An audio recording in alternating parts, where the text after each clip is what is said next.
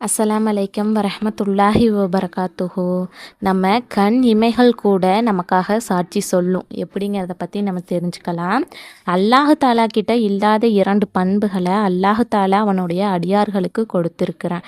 அதில் ஒன்றாவது பணிவு, ரெண்டாவது இயலாமை. இது இரண்டுமே அல்லாஹு தாலா கிட்ட எந்த காலத்துலேயுமே இருக்காது.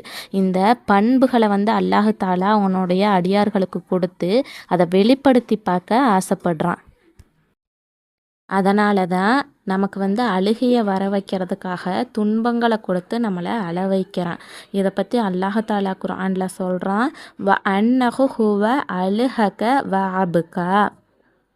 அல்லாஹ் தாலா தான் நம்மளை சிரிக்கவும் வைக்கிறான், அப்புறம் நம்மளைய அழுகவும் வைக்கிறான். இதை பற்றி ரசூலுல்லாஹ் என்ன வலியுறுத்துகிறாங்க அப்படின்னா, அல்லாஹ் தாலாவினுடைய அச்சத்தால் ஈயின் தலையளவினாவது அழுங்க அப்படின்னு அழுகையினுடைய அவசியத்தை ரசூலுல்லாஹ் சொல்லியிருக்கிறாங்க. நம்ம துவா கேட்கும் பொழுது அழுது துவா கேட்கணும். ஏன் அப்படின்னா அந்த அழுகை நாளைக்கு நமக்கான சாட்சிகளாக இருக்கும் அப்படிங்கிறத உணர்ந்து அழுது துவா கேட்கணும்.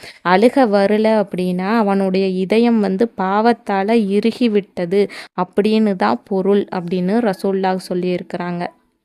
நம்ம கண்களில் இருந்து ஒரு சொட்டு கண்ணீர் வரணுன்னா கூட அது அல்லாஹாலா நாடனா தான் வரும். நம்மளை மன்னிக்க அல்லாஹாலா நினச்சிட்டான் அப்படின்னா நம்மளுடைய பாவங்கள் அனைத்தையுமே நம்ம நினைவுக்கு கொண்டு நம்மளை அழுக வைக்கிறான். அந்த அழுகையை சாட்சியாக்கி நாளைக்கு மறுமையில் நம்மளை மன்னிக்கிறான். அல்ஹம்துலில்லாஹ்.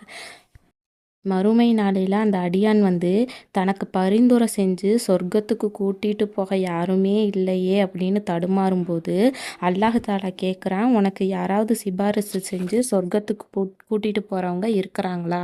அப்படி இல்லைன்னா உனக்கு நரகம்தான் அப்படின்னு அல்லாஹ் தாலா சொல்லும்போது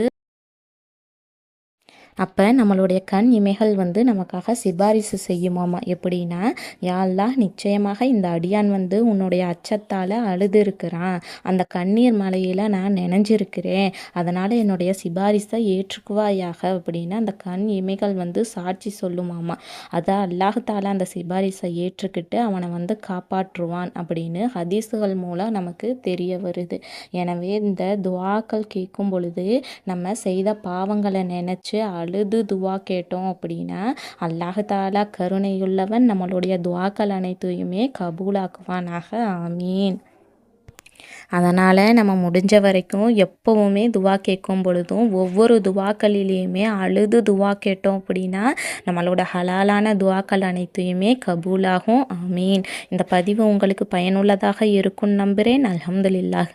இன்ஷா அல்லாஹ் இது போல் பயனுள்ள செய்திகளை தொடர்ந்து நம்ம தெரிஞ்சுக்கலாம். நம்ம சேனலை சப்ஸ்கிரைப் பண்ணுங்கள், ஷேர் பண்ணுங்கள், கமெண்ட் பண்ணுங்கள், லைக் பண்ணுங்கள். அஸ்ஸலாமு அலைக்கும் வரஹ்மத்துல்லாஹி வபரகாத்துஹு.